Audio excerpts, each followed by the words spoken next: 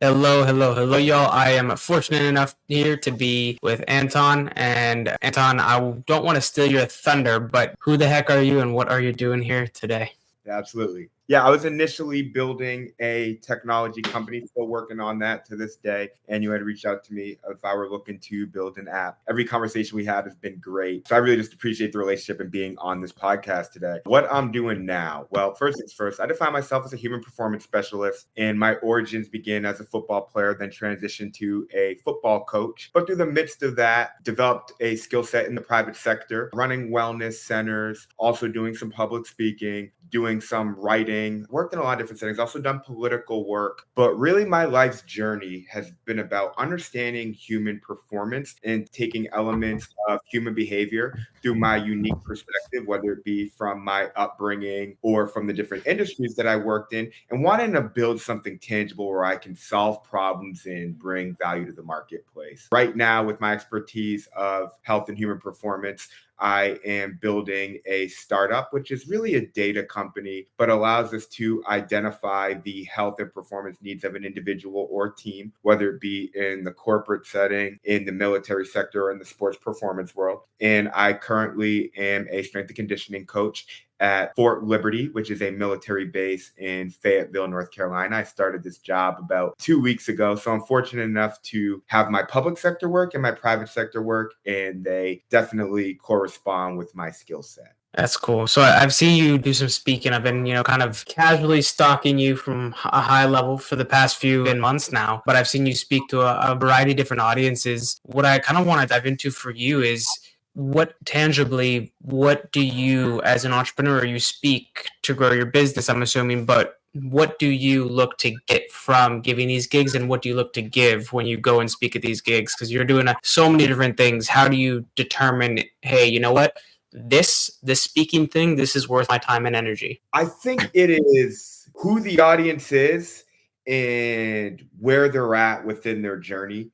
I love talking to young people that the world is full of, potential in which like they're aiming to achieve something, whether it be like an entrepreneur or just kids in high school or college. Love speaking to athletes because I've been in their shoes and I'm not that far removed. Sometimes in my mind, I still remember being that kid just dreaming and just like it was yesterday. And so what I like to do is just use myself as a reference point and just be like, what did I need when I was in their shoes? And so it's like really like I'm just being myself. I tried to actually detach myself from like speaking about business, particularly in like what my company does. I feel like as a speaker, you become too like invested in it. It's like you have too much skin in the game. And so you become like rigid where like you're hanging your hat on like every word. And so if I can just speak to an audience about like what you need to do to just like develop a routine or optimize your health and performance, or like how do you get on a path to starting a company, or like how can I make money from my passion? If it could just be something fairly organic like that, I think that those are things that like all humans, regardless of like your background, is like that's path that everyone wants to, at least try to pursue. It's like, okay, now we can get down to that human level. And now it's like, I don't have to think about it. I'm just speaking from the heart. And that's when it just flows the best. And what kind of got you started into speaking originally?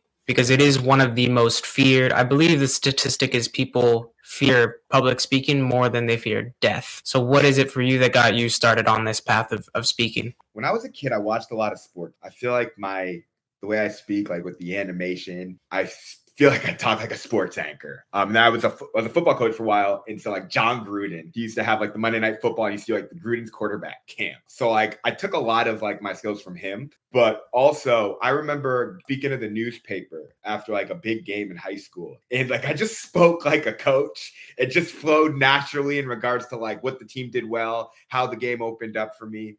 And then in college, when I got hurt, I blew my knee out, and for the majority of my life, my identity was being a football player. And so it's like, well, who the hell am I? I was in a new place and no one knew my name. And it was like, I had to figure out, how I can bring value to the world. And so the first thing I did was I volunteered at a local elementary school, and I just spoke to kids about being a college football player and what I had been through and what my path was to getting there. And then fast forward to just volunteering to be a member of the Student Athlete Advisory Committee and talking to like a large group of people about some of the athletes that the student body is facing. And then it just expanded. I went back to my high school while I was in college to just speak to the team. And then different gigs that I took. I feel like as a coach, you're always in a position of authority. And so, whatever our plan is for the day, it's like I got 40 plus people looking at me, and it's like, this is what we're doing, and making sure that I have to clearly communicate it. And so I think just the nature of the line of work I'm in, like I'm a coach and a teacher first and foremost. It's like you're used to speaking in front of a large group and also providing information. And so if I'm speaking in more of a fixed setting, it's just a seamless transition. That's cool. I saw a piece of content earlier today by a guy named Rory Vaden. He's a personal branding kind of authority figure. He's, worked with people like Ed Milet, that kind of level of business person. And he said a mistake a lot of aspiring speakers make is they'll get on stage and they'll deliver an amazing speaking gig. The audience is loving it. Everyone is loving it. And they think, I'm an amazing speaker. My speaking business is amazing. But then they don't get booked gigs and they're not making any money from it. And he was talking about how the real speaking business, the actual business part of the speaking business, is getting booked and paid to speak, getting gigs. So how do you go about getting and finding speaking gigs and actually getting booked to be on stage and finding places to speak? What does that look like for you? I haven't necessarily sought it out as a career just yet. And I'm going to be honest with you here, is like, I've done some pretty unique things, and I think I have a pretty unique story. And so I think my story has value to like the young person coming up. I think that in my subject matter expertise, I believe I can definitely give a TED talk. That's like the next step for me. I think I've just reached that level. Probably could have been ready a couple of years ago, but more so wanted to prove things to myself, where it's just like, am I at the age and have I done enough to the point where like I would want to listen to me if I were somewhere else? I don't necessarily pursue them. I've been paid to speak a handful of times, but it's more so been an organic process in which it was like I saw a flyer, I saw something online, and I just saw a point of contact and just reached out. It's not ever something like I'm a natural speaker. To be honest with you, I have no fear of that. Never have, which is sort of a unique scenario. But like, where is a place where I can add value? Do I resonate with that audience?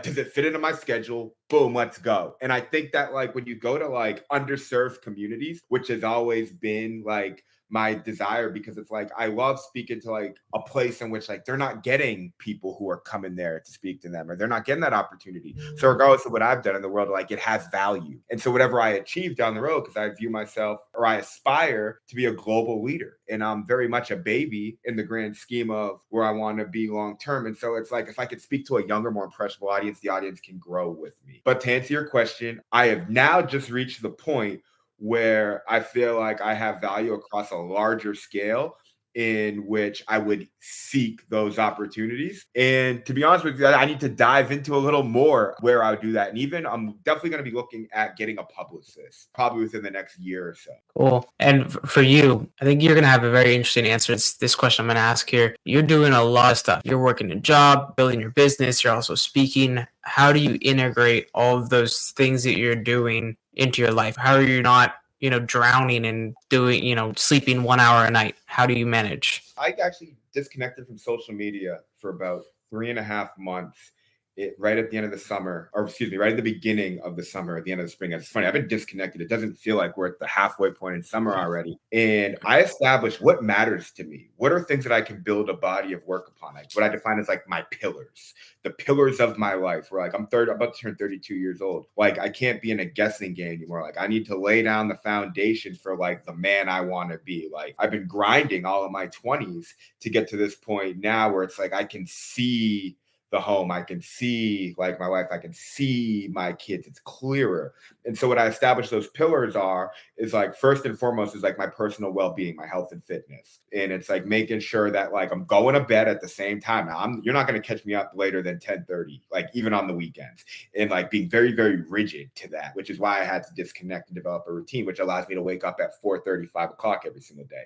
I don't do a lot of different modalities of exercise. I just run and I lift weights. Keeps it very simple. So that being the first thing. The second thing is my work in the public sector. My job, I work from 6 a.m. to 2 p.m.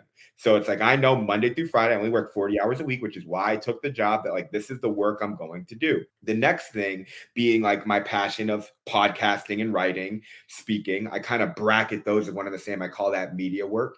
And no one has control over that besides myself, in which it's like I dedicate 1 hour a day to continuing to research, to write something or build a podcast. So release one podcast a week, have a simple goal. And then the last thing is my business, in which I allocate about 3 to 4 hours worth of meetings and kind of like deep work every single day. And then like my passion of football, which like I play video games and I podcast and I write about it. And so like those are like, well, my 4 or 5 pillars really. And so I just figured out like what matters to me, what I want my output to be, and how I can integrate it into my life. And so it's actually funny, as like it seems like I'm doing a lot, and there was a period in my life where I was really sleep deprived and unhealthy, and now it's like my output has increased exponentially, but I've actually never been more balanced overall. And I think that's the beauty of it, just getting very, very clear as to who I am and what I want for myself. And this is something that I'm noticing a lot of entrepreneurs are using now. And I learned about this, I guess, method. I spoke to a guy named Frank King, who's the world record holder for the most amount of TEDx talks ever given. He's given 12. And I said, hey, Frank, how does someone get the same output that they would theoretically get from giving one TEDx talk without giving a TEDx talk? He said, you can get a pretty similar output by guesting on 2 podcast appearances per week for 52 weeks straight. I said, okay, that's really interesting. So for you as an entrepreneur and business owner, how do you go about leveraging podcast guesting for your own business and growing it? I guess it's more marketing focused. So I use Matchmaker. That's a cool platform. I've gotten guests and I've been featured on podcasts. I usually have been operating in blocks where like I'll do 4 podcasts within a month and then I'll stop podcasting for a little bit. Now I'm at a point where like I'm trying to hop on everything. I have time, right?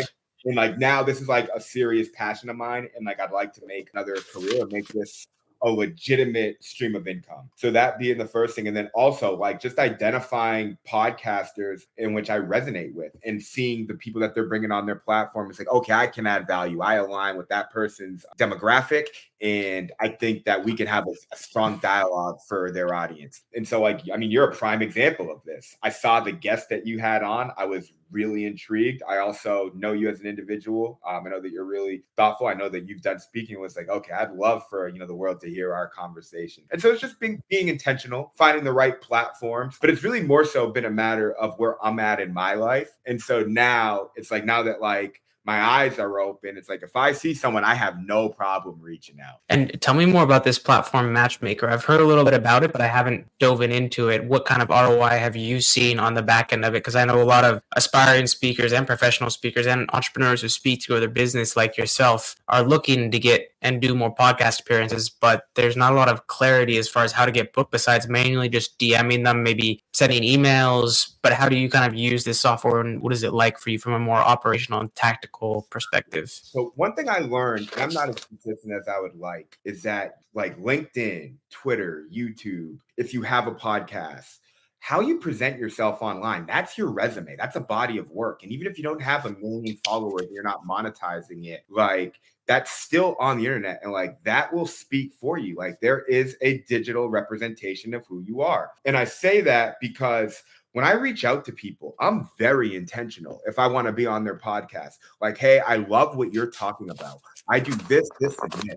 This is what I would like to deliver to your audience. I make sure that I've watched a couple of episodes. And so the message is incredibly authentic. And so it's just making sure that like I really know who they are and why I would want to be a part of it. And I've almost never been rejected. And people reach out to me quite a bit. Unfortunately, some of them just haven't been a good fit. I want to talk to people who are high performers, military background, retired pro athlete, or entrepreneur. Those are the people I want to talk to. Those are my interests. And so that's what I'm looking for. And so not everyone's going to fit into that. And unfortunately, I don't mean to sound pretentious here, but like I'm going to see how much you've achieved and like where you're at. And if you really live a high performance life, to like we can really dive into the nuances here, because those are the crazy ones. Those are the people that change the world. That's who I want to talk to. So like I'm not going to just accept anyone to come on my podcast, but I will say I've gotten 3 podcast guests from that platform, and they have all been remarkable people. And then I've also had a guy which I did this quite a bit when I lived in Las Vegas a year ago. That's when I was developing my company. And I would just find people on LinkedIn that had like a background, like PhD in exercise science or organizational behavior, retired pro athlete, like an entrepreneur in my space. And I would just send them a long message as to like why they inspire me and that I'd love to have them in my network, but not one of those cliche messages. And it's funny, like the really, really high level people will respond almost immediately. And then it's funny, like some people who are like kind of there, not really to blow you off, but it's like the ones I always want to talk to give me a response. And I've been fortunate enough to have 3 guests of people that, you know, really inspire me come on my podcast, which was awesome.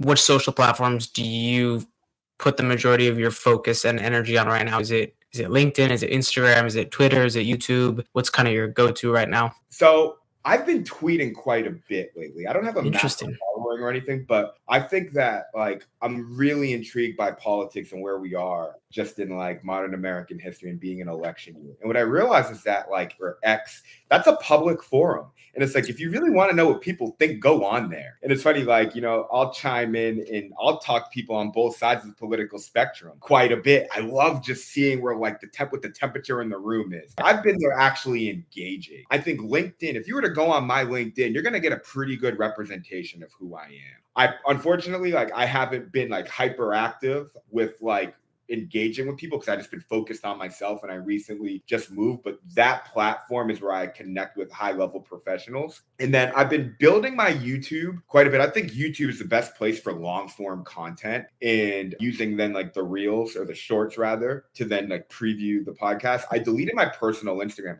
I actually reactivated it today. I got a new phone yesterday. And so why I bring that up is because I really try to view my life as like public educator, in which is like, I want to use like social platforms the right way. And so I deleted all pictures and videos on my phone and I deleted all my social media, all my Instagram content. I was like, we're just going to start from day one. But like, as opposed to like, I've had the platform since 2012. I want to just post like, these are the stories I like. This was my workout of the day. Like, I'm going to shout out people's accomplishment. And so I'm really intrigued to start using Instagram the way I think the platform was designed to be used. That's the one that I'm probably going to bind to the most. I think that, you know, regardless of the development of all of them, I think Instagram's still king personally. Interesting.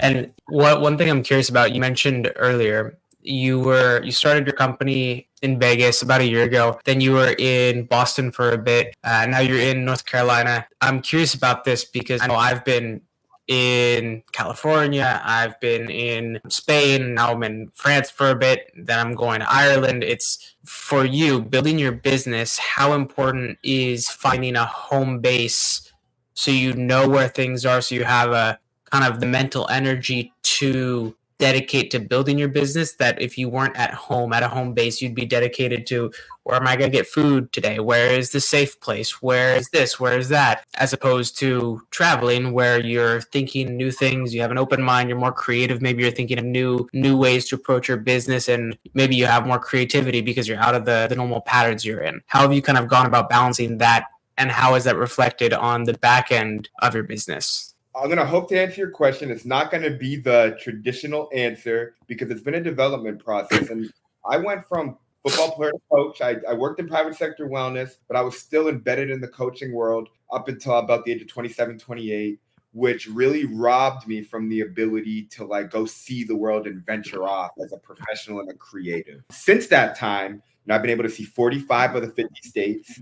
And when I moved to Las Vegas with my business partner, Dakota, that was when I got into the equations and starting to like get into the weeds of building my company and connecting with people and going to the market and holding health events. For me, that was like a dark period of my life because I wasn't socializing. I wasn't a part of a team. I was working out a lot and like I, got my coffee shop and things like that, but they were still in like a post-COVID response. And like the little entrepreneurial hub that was around the area where I lived was no longer there. Never got back up to speed. And I think a lot of like where my mental health was at and the lack of like a strong environment and like where the market was at, there's not a very diversified market in Las Vegas. They're kind of in like gaming, the casinos, hospitality, not in like health and wellness and like sports science or like technology. that's why I moved to Boston, but really also on a mental health level, because it's like big education, big tech sector, huge for medical. And I was around more family and I hadn't really been around that. And so that's where I kind of started over again. And that's where I'm from. And I was able to, have my everyday coffee shop, have my place where I'd have my meetings. I got in flow. My life slowed down quite a bit. And I kind of look at this as like getting back to the basics. And it's funny, like,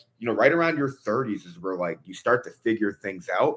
And now I traveled this summer because like my last 9 months were really boring, man. But I think that was necessary because, prior to all the traveling, like you had said, it was chaotic, but still not at a point where it's like, this is where I'm going to headquarter my company, trying to figure out where I wanted it to be. But I was able to go to like Minneapolis, Philadelphia, Miami, and I was able to like get creativity, see different things. And like, I broke out of that flow. And that was where I had more time on my hands because I was outside of that structure and developed new relationships, which led me down the path where my company is now, to where I was like, you know what, like I'm going to take a couple of these contracts. Like I'm moving to Palm Beach County. That's where I'm going to build my life. Don't know when that time period is going to be, but I know that's where I'm going to live and establish. That's where I'm headquartering. I think getting that clarity made it like really changed the scope of my life. And then also, this is the first time as an adult I moved to another city. Like I just bought a car, hadn't had a car in 2 years, actually have like apartment,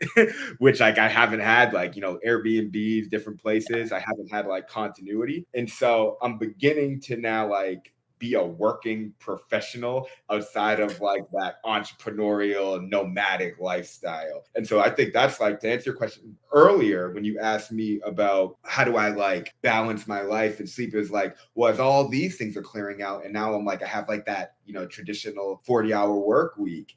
That is what allows all these other pieces to fill out. And then it's like, do these jobs for a couple of years and then go to West Palm Beach, probably around 34, 35. And that's where like I really set out on my journey, and just having a timeline and adhering to it. Do you notice you're more productive when you have less time available? Like because you have the 9 to 5 or the 6 to 2 p.m., you realize, okay, I got from 2 p.m. to 9 p.m. or whatever time, or 10:30, whatever is your bedtime, okay, in that time, that's all I got. I got to make sure I get the maximum return on my input from that time that I spend, because I have this, which is paying the bills, getting this stuff done I need to get done. Do you notice that, or do you notice the reverse? When you have all your time available, you are more productive? What do you notice? Love that question.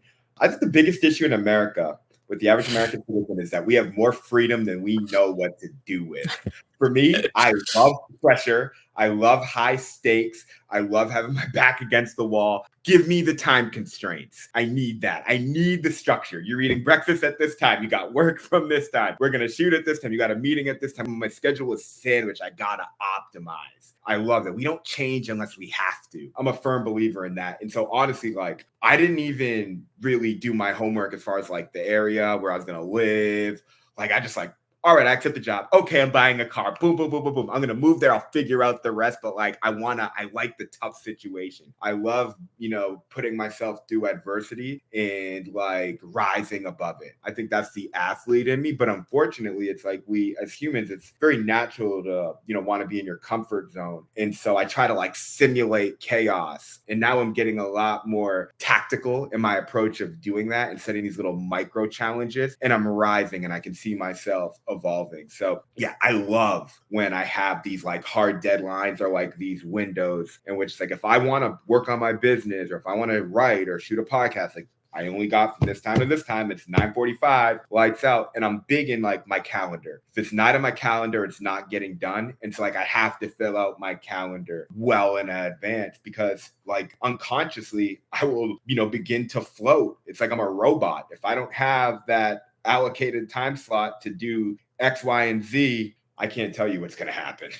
Do you notice that you need to feel a certain extent of discomfort or pain to take action and get to that next level and do something different? Do you notice that level of discomfort or comfort? Do you notice there's two different balances, one for business comfort and business discomfort, and then one for personal life comfort and discomfort?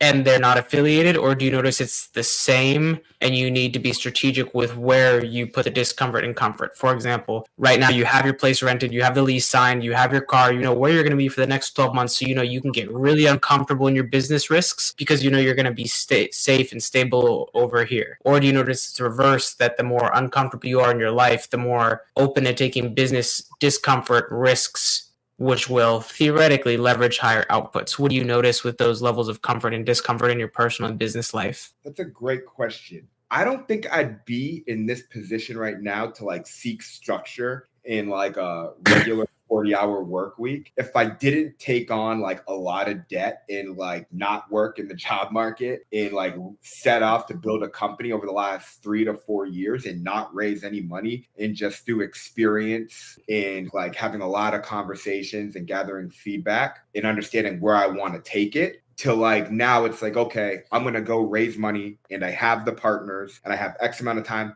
Let me go get a job to like satisfy me and just stabilize me. So like, yeah, I'm more stable because I've taken the risks and already done the hard stuff from like a business standpoint. So I can like, you know, very, very stable, but I'm not like necessarily risk adverse. My time's just constrained because I've put hard deadlines and I figured out like what I want to get out of life. However, let me like wrap my head around this, because that's really unique. If I'm in a good position in my personal life, I can take on more business risk. But if I'm taking on, what was the other side of the coin? If you're taking on more risk in your personal life, do you have to have a more stable business? Like you know, okay, I got, let's say for the next 6 months, you say, okay, I know I have only, you know, $2,000 recurring revenue coming in for the next 6 months, but that's okay because my life is like this. Maybe it's something happened with your parents, you got to take care of their health, and then maybe you got injured and you got to recover this. Maybe you just got out of a relationship and it ended in a really bad way, whatever it is. So you're okay with the comfort of your business because you have total discomfort over here in your personal life. They absolutely correspond. Okay, to wrap my head around this now, I was really comfortable personally when I was taking a ton of business risk. Okay. Now, business is a lot clearer, and I'm a lot clearer over here as well, actually. So I do think that they correspond, but I don't think that like you could take business risk if you're not personally stabilized. But I think that when like your business is stabilized, I don't know if you want to take on personal risk, and that's just because you want to be optimized to handle what's going on with the business. So it's really like a sliding scale, and people are at different places. But if you're not like mentally in a good place, you're not going to get a business going. But this is what I wanted to hit home on. It's like Maslow's hierarchy of human needs. And what I mean by that is like your business, like you need to get to a point where like I have my meals, I have a place to sleep, I have like a good life. Now I can like optimize and thrive. And that's where like you can even position yourself to like take on more. If you're not at that point, the likelihood of you being successful is not very high. So that's how I view it. I didn't necessarily answer that. I'm going to actually, that's really complex to me. And now I'm going to ask you something more leaning on your subject matter expertise of health data. What is one thing that you didn't think you would discover as a result of all the data that you and Dakota, I remember Data, I always called him Data, but Dakota, that you guys have discovered from all this data you've collected that you weren't expecting? Very good question. I would say the parallel between people who have an athletic background that tend to be healthier and just like happier and have like their life in order. Like a metric that we gather is like what your athletic history is. So like the people who played sports at like the college level always tend to like be like, I quantify also like with like adults, like what you do for work in like higher earning fields. That's been really unique as well to just gather that. And then also just like sleeping patterns, like also those people who are in those places tend to just sleep a lot better and are just cognizant of it. Like just like, also, the trend of like what people in which industries wear wearable devices. And like they might not think anything of it, but like I'd have like a client that was like in finance or like someone that like owned a construction company. I'm like, oh, you got a watch. What is that? They're like, oh, it's actually a Fitbit. I'm like, do you use it? And they're like, not really. I don't really look at it, but like they do. They have it. Like they're not, and I know they're not like buying the wearable, like, okay, I want to track my like how many calories I burned. They might want to use steps as like a metric, but it's like they are cognizant of it. And so seeing like high performers just like have a wearable and then seeing the trends of like who wears this device. So like I had a client that was a therapist, a clinical therapist, and I was like, do you have a device? Like, do you have a wearable? And she was like, no, I don't I wear like a watch, but I don't. And I was like, you'd really like the Aura Ring. And like just from prior experience of like seeing people in like behavioral sciences in like, they might not like really be cognizant of time, but like a ring being like a sleek device that they could wear, in the way that user interface, giving them that information like really clear, and just like understanding, like learning the market and understanding like which lifestyles do well with like which devices that can like help them like have better behaviors, and being able to like coach my clients. And then also understanding just like my needs. Like Dakota and I both got to the point where it's just like, if I don't wake up at 6 o'clock and like work out by this time, like I'm not going to be productive. And so it's just like you get revealed to like your blind spots, and then seeing the trends of like what I define as archetypes, and seeing what like their blind spots or their patterns are, and allowing like those wearables or like a trend with like their previous history or like their body type corresponding with one another. That's cool. We're coming up on time here. Is there any nuggets of knowledge or insight that you would want to share with the aspiring speaker, the person that knows they have a story and they know there's a lot of people on the planet that would or could benefit from hearing that story, but they're just so dang scared of getting on stage? Well, I don't want to say we all are when we first start, but because obviously you're an exception. Some people it just comes easy to them. But I remember, like myself, really scared, really scared to get my first gig. What advice do you have for that person that feels that way? They're super scared, and it's almost like a wall for them or a ceiling. Like they're like, I know I have so much potential and fuel right here. This really big wall that I can't get past, this strong ceiling. What would you share with that person? Yeah, I got a couple steps. I think we're aware if there's greatness inside of us. And you may even know when you're a kid and you identify, but you want to get it out. But first things first is you need a reference point, someone who is similar to you that was able to achieve something, or who went through something similar as far as like a personal problem or adversity. And then you can get really specific. A book I read called Mastery by Robert Greene, where it talks about different people's paths on the way to being, some like world changers or some of the most accomplished people in the world. So it's like, now I know what it looks like.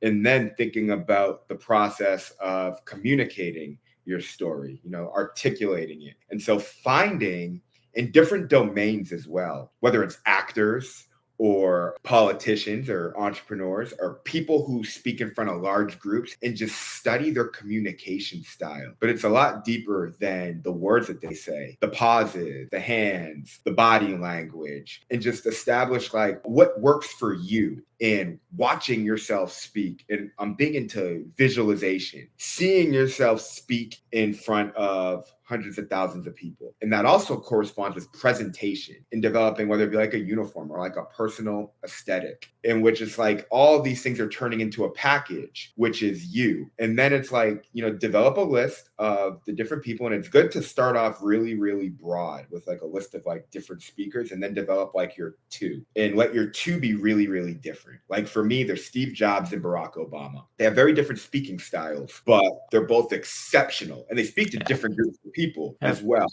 And just figuring out, well, what can I take away from them, but while simultaneously being me, and then taking into account my story. And you have to get really good at like the elevator pitch, which you have through just meetings, which anytime you have a one-on-one meeting or conversation, even in a coffee shop, that is to a certain degree speaking publicly, like you're speaking to another person. It's obviously a little different because you're just one-on-one, or if you're in like close confinement, but that's practice. And then the more you're able to master your elevator speech, get comfortable in conversation, and then do that with a stranger. And now I'm able to do that in a group of 2 or 3. And then it's like this compound effect. And once you're able to now, it's like, I've done this a lot. I got my elevator pitch. And then you begin to know sequentially. You can see a lot of speakers. They always have like the same systematic approach to delivering their message. Like you start off with the key point. Then you have like a pause and a laugh. You may like make a joke about yourself. You may address the elephant in the room. You understand the transition. You understand like where you're going to hook them. You sometimes let them laugh. You leave yourself open to feedback. And